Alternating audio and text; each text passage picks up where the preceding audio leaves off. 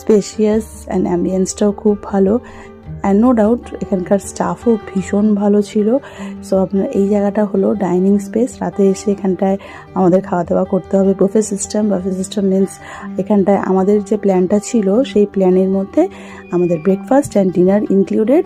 Overall আমাদের 4500 লেগেছে per day, পার room. So আমরা 2টো রুম নিয়েছিলাম, তো সেই হিসেবে 2 দিন ছিলাম, ফার্স্ট দিন অ্যান্ড সেকেন্ড দিন। 8th অ্যান্ড 9th আমরা 6 সিজনেই ছিলাম।